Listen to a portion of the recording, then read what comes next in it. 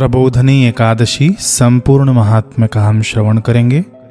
श्री कृष्ण भगवान ने कहा कि हे अर्जुन, मैं तुम्हें मुक्ति देने वाली कार्तिक मास के शुक्ल पक्ष की प्रबोधनी एकादशी के संबंध में नारद और ब्रह्मा जी के बीच हुए वार्तालाप को सुनाता हूँ। एक बार नारद जी ने ब्रह्मा जी से पूछा कि हे पिता, प्रबोधनी एकादशी के व्रत का क्या फल होता है? आप कृपा करके मुझे यह सब विस्तार पूर्वक बताएं। ब्रह्मा जी बोले कि हे पुत्र, जिस वस्तु का त्रिलोकी में मिलना दुष्कर है, वह वस्तु भी कार्तिक मास के शुक्ल पक्ष की प्रबोधनी एकादशी के व्रत से मिल जाती है। इस व्रत के प्रभाव से पूर्व जन्म के किए हुए अनेक बुरे कर्म क्षण भर में नष्ट हो जाते हैं। हे पुत्र, जो मनुष्य श्रद्धा पूर्वक इस दिन थोड़ा भी पुण्य करते हैं, उनका वह पुण्य पर्वत के समान अटल हो जाता है। उनके पितृ विष्णु लोक में जाते हैं। ब्रह्म हत्या आदि महान पाप भी प्रबोधनी एकादशी के दिन रात्रि को जागरण करने से नष्ट हो जाते हैं।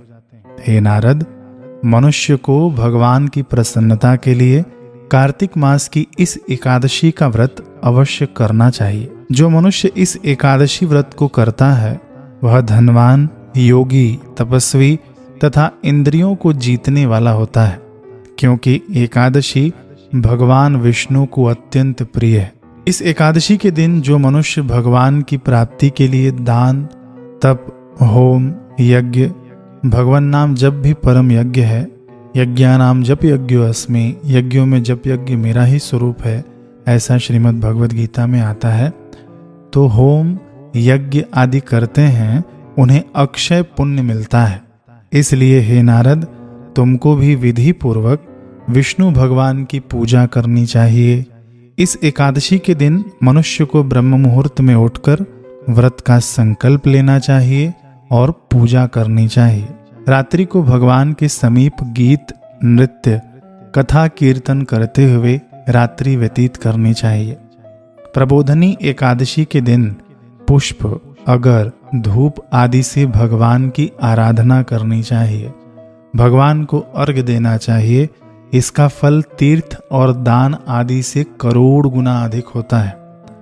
जो गुलाब के पुष्प से, बकुल और अशोक के फूलों से, सफेद और लाल कनेर के फूलों से, दुर्वादल से, शमी पत्र से, चंपक पुष्प से भगवान विष्णु की पूजा करते हैं, वे आवागमन के चक्र से छूट जाते हैं। इस प्रकार रात्रि में भगवान की पूजा करके प्रातःकाल स्नान के पश्चात भगवान की प्रार्थना करते हुए गुरु की पूजा करनी चाहिए और सदाचारी व पवित्र ब्राह्मणों को दक्षिणा देकर अपने व्रत को छोड़ना चाहिए। जो मनुष्य चतुर्मास व्रत में किसी वस्तु को त्याग देते हैं, उन्हें इस दिन से पुनः ग्रहण करना चाहिए। जो मनुष्य प्रबोधनी एकादशी के दिन विधि पूर्वक व्रत करते हैं, उन्हें अनंत सुख मिलता है और अंत में स्वर्ग को जाते हैं। ये संपूर्ण महात्म्य हमने सुना। एकादशी के दिन यत्न पूर्वक हमें श्री विष्णु सहस्त्रनाम स्तोत्र का पाठ पढ़ लेना चाहिए अथवा तो सुन लेना चाहिए। इसके ऊपर मेरे ही आवाज में वीडियो है, आप लोग विष्णु सहस्त्रनाम का लिंक डिस्क्रिप्शन में देखते हुए जाना। हरे कृष्ण।